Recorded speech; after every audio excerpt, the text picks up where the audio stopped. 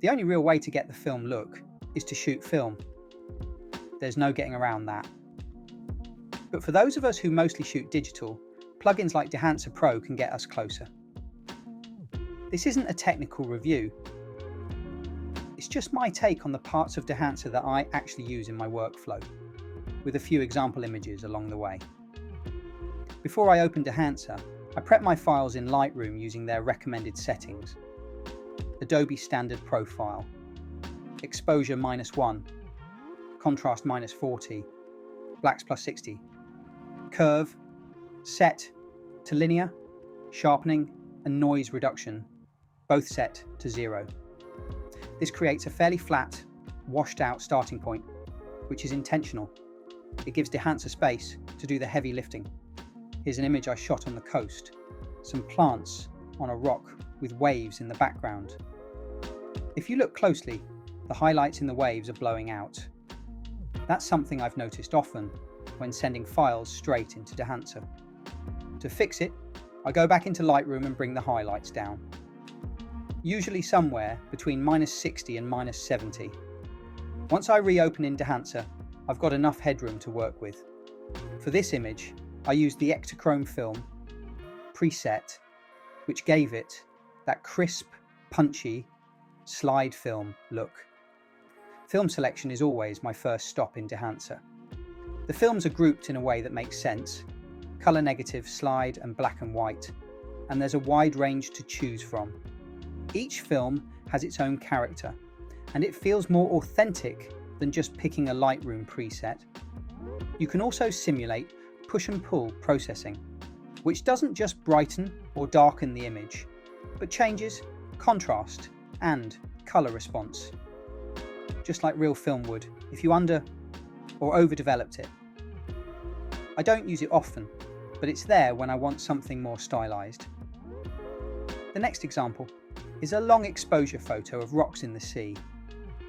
For this one, I knew I wanted it in black and white. Unfortunately, Dehancer doesn't include color filters to simulate what you'd do with real black and white film. For example, using a red filter to darken a blue sky.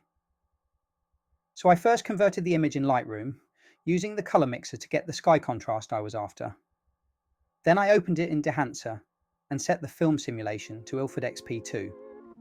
From there, I used the input module to make a small exposure adjustment, and the expand module to set the black and white points.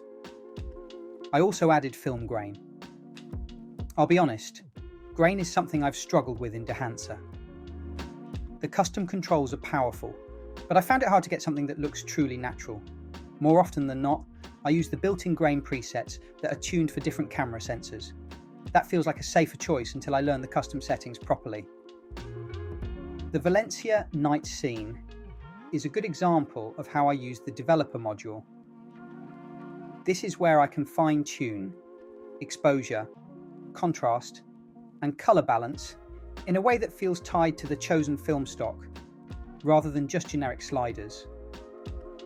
With a night photo like this, small adjustments really matter. Bringing down contrast slightly or shifting the color balance helps keep the shadows rich without losing the glow of the street lights. It feels more like shaping an image in the darkroom than editing in Lightroom. I also use the expand module a lot. It's where you can set the black and white points and stretch the tonal range. This step makes a big difference in bringing the image back from that flat, washed out starting point. It's subtle, but it adds depth and helps the photo feel complete. On that same Valencia image, bloom and halation come into play. Bloom spreads the glow around highlights, softening harsh points of light and giving them a cinematic, dreamy feel. Halation is different. It recreates the reddish fringe you see on film when bright light spills into the emulsion. Street lights and neon signs are where it really shows up. Together, bloom and halation make digital night photography feel less clinical and more atmospheric, which is exactly what I want from this scene. So those are the parts of Dehancer I use most in my workflow: film selection, the input module, developer, expand for tonal range, and then bloom, halation, and grain. There's a lot more in the plugin, but these are the modules that give me the results I'm after. It's not perfect, and, of course, it doesn't replace shooting real film. But for digital work, it adds a character and atmosphere I haven't found anywhere else. That's my take on Dehancer Pro for Lightroom. If you've used it, I'd love to hear which modules you rely on, and whether you think it gets close enough to film. One final note. This isn't the first time I've tried Dehancer. The first time I used it, my computer just couldn't keep up. It was a 5-year-old desktop, 16GB RAM, i7 processor, and an NVIDIA GTX 1080. With Nikon Z6 files it was slow, and with Fuji GFX 100S2 files it was almost unusable. Now I'm running a Mac Mini M4 Pro with 64GB of memory, and Dehancer runs smoothly with no lag at all.